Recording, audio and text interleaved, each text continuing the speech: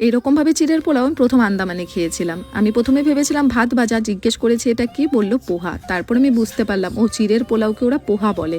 তারপর দেখলাম যে আমরা যেভাবে বানাই ঠিক ওইভাবেই বানানো, কিন্তু শুধুমাত্র 2-3টে ইনগ্রেডিয়েন্টস এক্সট্রা অ্যাড করা হয়েছিল। কি কি ইনগ্রেডিয়েন্টস চলো বলছি। প্রথমে চিড়ে ধুয়ে আমি এখানে জল ঝরিয়ে রেখেছি।